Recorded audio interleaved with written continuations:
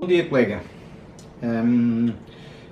Bem-vindo a mais um dos vídeos da série Ask Bancaleiro e desta vez para tratar um tema que me é particularmente grato e que ao qual eu dedico, enfim, algumas horas e tenho dedicado, há muitos anos que me dedico um bocadinho a este tema.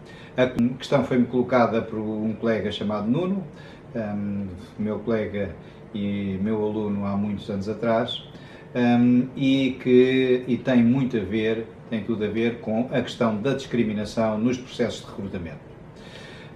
Que é um tema que eu venho trabalhando e venho escrevendo há muitos anos que escrevo sobre isso.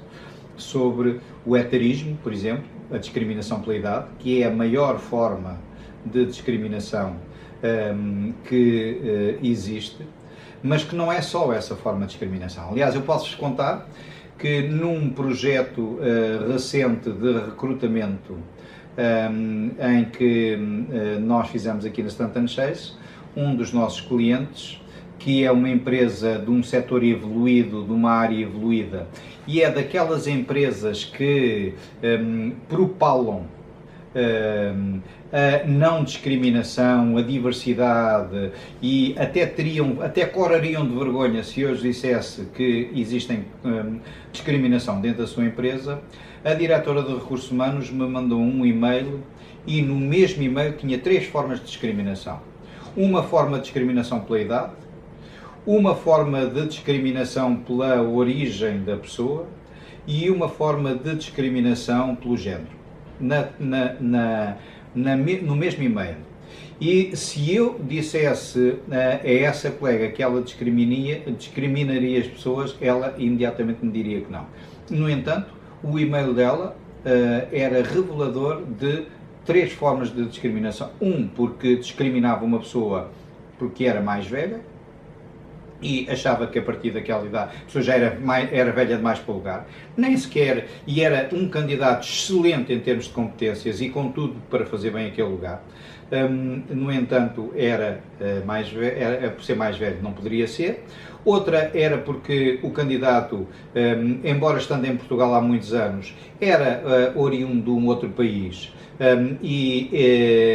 Ela me dizia que poderia ter dificuldade a adaptar-se a uma equipa que era uma equipa nacional, nem percebia que o candidato já fazia a mesma função há muitos anos noutra empresa e que não havia discriminação nenhuma e estava perfeitamente adaptado. E o terceiro, subrepticiamente, a dizer que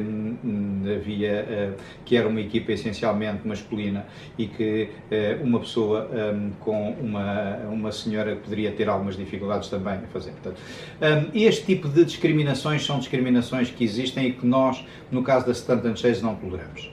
Por exemplo, aquela que nos acontece mais é o etarismo, a discriminação pela idade, e uma das regras que nós temos aqui é que não discriminamos. O cliente, se quiser que discrimine, mas nós, se temos que apresentar um candidato mais velho, seja qual for a idade dele, desde que seja um bom candidato, nós apresentamos na mesma. E mais, se o cliente, até é quase uma questão de um ponto de honra, se o cliente inclusivamente tem algumas regras sobre isso, nós chegamos ao ponto de apresentar, por exemplo, uma shortlist de 3 ou 4 pessoas e depois apresentar adicionalmente aquela pessoa porque nós consideramos que é um excelente candidato e muitas vezes o cliente reconhece que efetivamente não fazia sentido aquela limitação em relação à idade, e a idade pode ser a idade mais velha ou a idade mais nova, porque também está a discriminação em relação aos mais novos, não é? Porque a pessoa tem um ar muito jovem ou porque a pessoa ainda é muito novo para a equipa. O problema não é a idade da pessoa, o problema é o nível de competência das pessoas, a experiência, a maturidade, e isso é que é fundamental.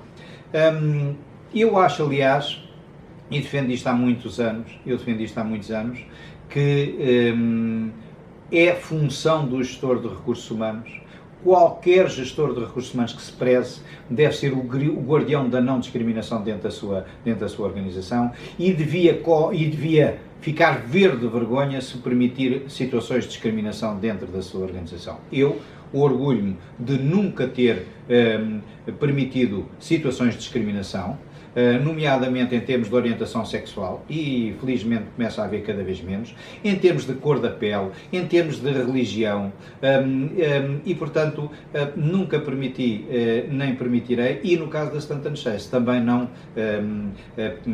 praticamos isso. Aliás, a Stanton Chase Internacional tem uma regra que é a regra da diversidade, que nós aqui também seguimos.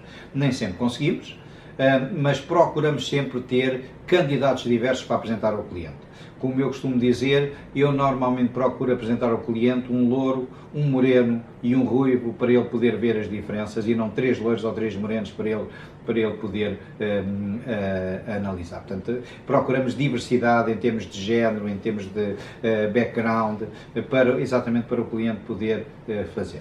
A discriminação é muito importante e vem na lei.